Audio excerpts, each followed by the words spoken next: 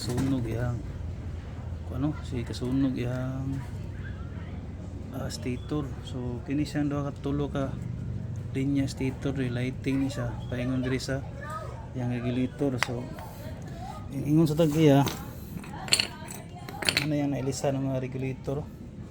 So kini ang ihang uray, ilisa na po niya ni dahil kini ilisan po niya ni, then last yung ilis kini. So karon try na to ng ilisa, no. Pero para guys, para din ang damage guys. Sunog siya. Sunog siya. So kung buhaton karon, ilisa na to siya. Try na to ilisa ng regulator sa Skygo, convert na to siya. So dito na ako nagipalit sa Skygo kasi mismo, no. Linwa. Dayon ang stator itong itaod, crayons. Okay, testing na to na siya. Okay ba siya? Nato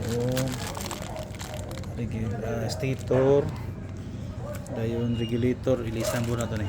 Problema na niya guys, sa masunog siya regulator gid siya. So try na to ilisan. Try na to ilisan og regulator nga Linwa original. Pero guys, let's go. Yan, isda na to guys. So ayan na. Tawag na natin. Ito guys, sa pag-convert ng ng 4 pins. So hanapin natin dito yung kulay natin guys, is ito. Black, pink, red, yellow at saka yung green. So sa Honda, ang ilo kasi ng Honda is charging, at saka yung puti naman is yung pink is ilaw. So yung black accessories wire yan. So pula supply yan ng labas yan ng regulator galing sa stator. So yung green automatic ground yan kasi Honda to. So dito hahanapin natin ang ground ng regulator. So ayan, natin guys, i-elaborate natin guys para maintindihan nyo. So itong green, itong green, kulay green, yan, ground. So itong tatlong dilaw, yan, yung tatlong dilaw na yan, bali yan, sa ilaw yan. So tatlo yan. So yung dalawa niyan is pagsasama natin. So kahit magkabaliktad yung tatlo na yan, kahit magkabaliktad yung tatlo, okay lang yan kasi source lang yan sila. Baga magkabaliktaran lang yan sila. So itong dalawang red, ayun, plain red, yan yung positive. Bali yan yung isa sa supply sa dun sa charging ng battery. So itong isa, I'm not sure kung sa accessories wire to. So may black siya.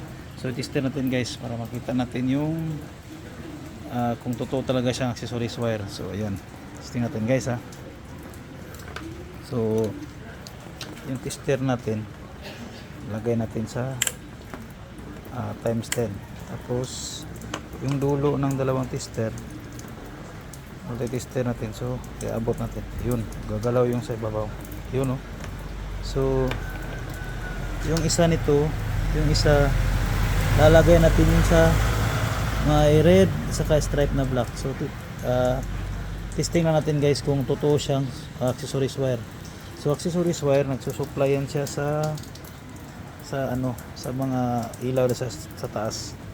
So dito testing natin, ito yung isa. So dito testing natin sa yun, hindi siya testing. So sa itim, yun guys, testing natin sa itim guys. So accessory siya ng brake light switch. Sa brake light switch testing natin kung yun nakasampak. Tapos dito, ayun, kita nyo gumalaw. Gamitin ko guys, ayun.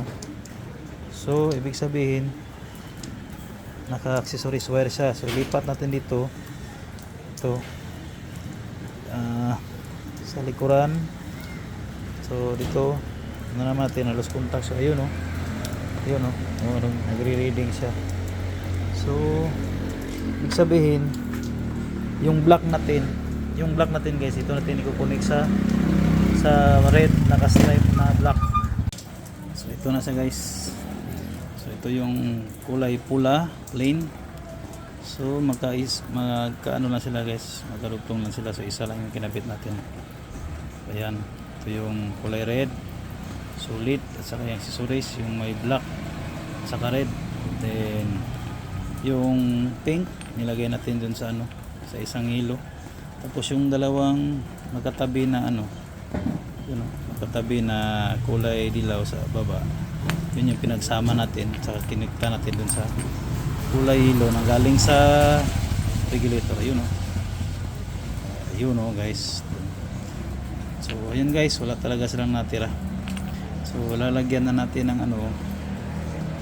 So siguraduhin nyo lang guys, maigpit yung pagkatali nyo, mga ganyan guys, para ito guys, naka-andar na siya. Check natin yung charging. So ayan yung charging nyo, makikita nyo 11, 12. So RPM natin guys, RPM natin.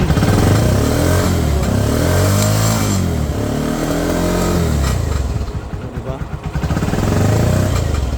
From 11 to sabihin, boost na siya. Ayan guys, so 11 pa siya. So mga maya lang sa charge na yan. So ayan, kita nyo yung graph ng battery. So 11, RPM natin.